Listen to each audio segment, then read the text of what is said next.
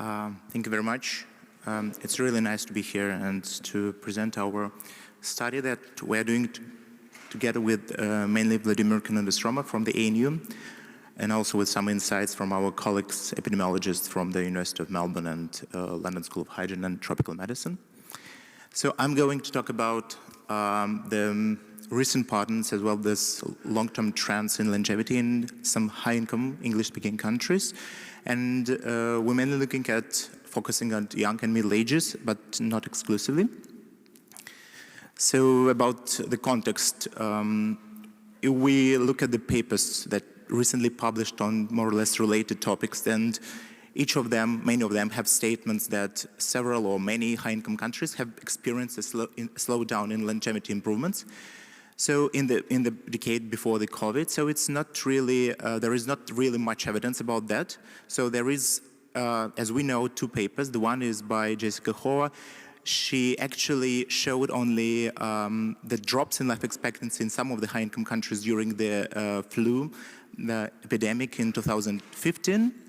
And then there is another paper, which is not really a paper, a report on OECD countries showing that there are some very descriptive data on some longevity improvements. So actually some longevity stagnation or slowdown. But what we really know is that two countries, which is the UK and particularly the US, they really have very dramatic unfavorable trends in life expectancy in the recent decades. So there are plenty of papers has been written on this topic on the UK and the US, and among possible explanations of these adverse mortality trends are socioeconomic inequalities, some austerity policies, as well as high prevalence of obesity, and particularly in the UK, we have the long-term cohort effect of smoking, as well as ongoing epidemic of the overdose mortality.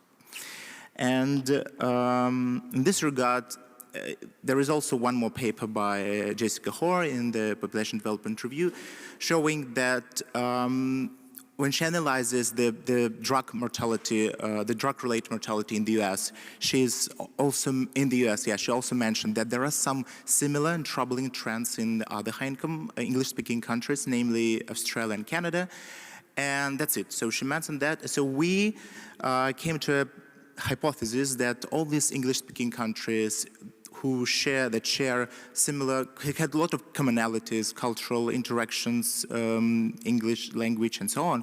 So we decided came to a hypothesis that these countries might share some of the similar patterns, and we decided not to look at one country, but to do some comparative research. And so yes, that's what we are doing here. We look at 6 English-speaking countries, Canada, US, New Zealand, Australia, Ireland, and the UK. Relative to the comparative group, relative to the 14 other high-income countries, which mainly Europe and plus Japan.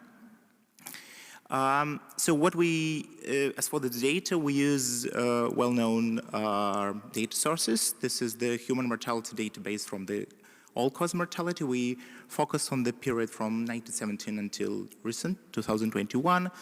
And the death counts, cause-specific death counts, come from the WHO mortality database. We focus on 7 major groups of causes of death, which are shown on the slide. Substance-related deaths, we decided to group alcohol and drug-related deaths together at this moment, and separately the external causes of death, including suicides.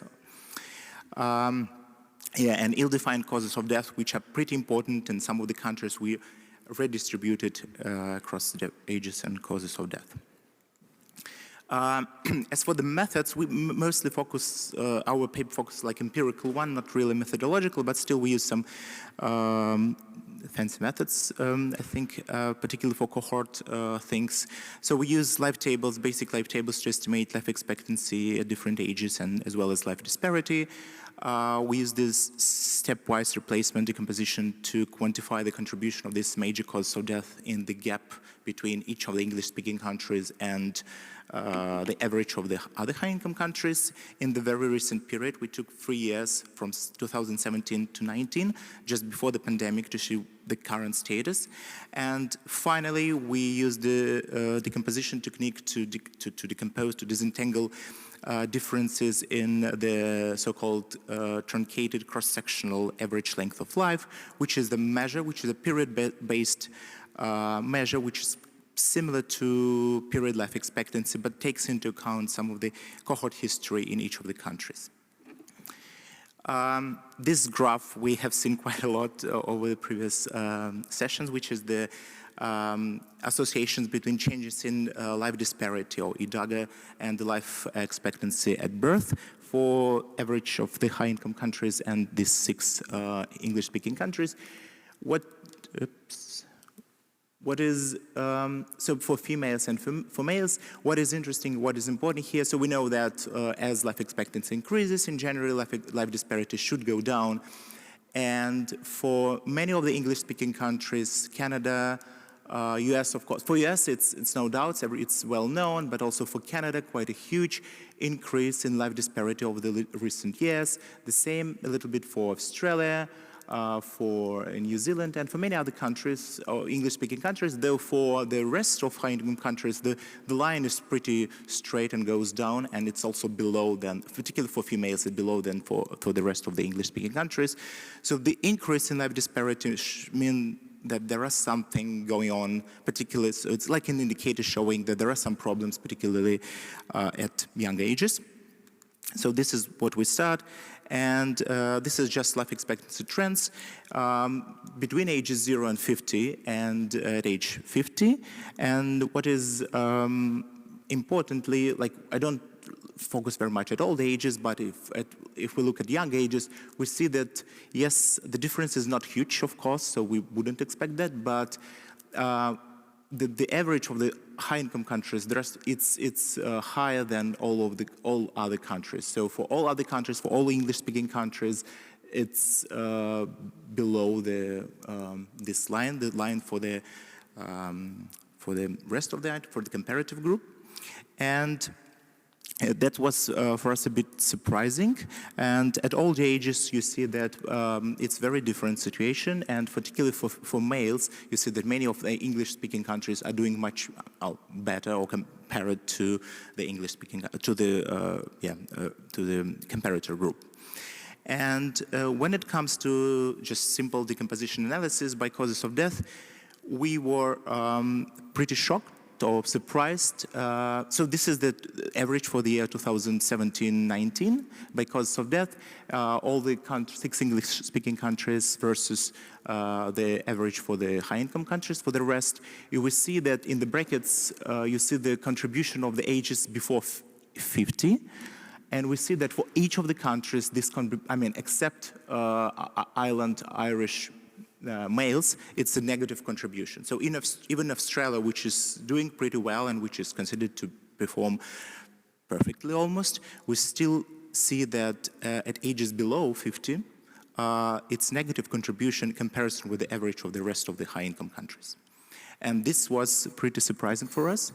But in contrast, at all the ages, we see that many of the countries are doing well, better than the average of the high-income countries, particularly among males, but not among females. Among females, we will see later, the situation is not that positive as among males, which is at all ages, I mean. And when it comes to the causes of death, we clearly see that this is the huge role of injuries, including suicides and substance-related causes of death. In Canada, in Australia, and in many other countries, a little bit of CVD mortality. Finally, we come to the kind of cohort perspective a little bit. So it's, as I said, this is we use the truncated cross-sectional average length of life. This measure was proposed by Michel Guillot and Vladimir Kanudas-Roma, which is actually very similar to the life expectancy at birth in 2019 in this case, but it takes into account the history of the cohorts that are present in time. And the most important is to compare, again, to compare English-speaking countries with the reference group. And we see what we see. We see the clearly cohort effect. We start with the women at all ages, particularly for Canada, New Zealand, UK. We see this is the smoking pattern, which we see. So that's why at all the ages, English-speaking countries still perform a little bit worse than most of them, except Australia, perform a little bit worse than the comparator group. For males, we can't see this pattern. For many of the English-speaking countries, at all the ages, for males perform better. But what is important for us that at younger, at middle ages, you see this red triangle. So this is those who were born after approximately 1970. So all of them in each country, except, I mean, almost in each country, they perform worse than the average for the high-income countries, which is pretty unexpected. Yeah. So coming to conclusions, as I said, each of the English-speaking countries has experienced a marked mortality disadvantage at ages before 50 years old. So these cohorts who were born after the year 1970. So the life expectancy losses due to higher or elevated mortality at these ages ranged from 0.15 years in Australian females, and of course it was highest in US males, more than 2 years. This disadvantage mainly attributable to injuries and substance-related causes of death. And finally, it is very contrasting to what is going on at all the ages, because all the cohorts enjoyed advantage for females in Australia, Canada, and almost in all countries for males. That's it, thank you. And the last thing is that, yeah, don't forget to come to Brisbane, Australia for the next International Population Conference. Thank you.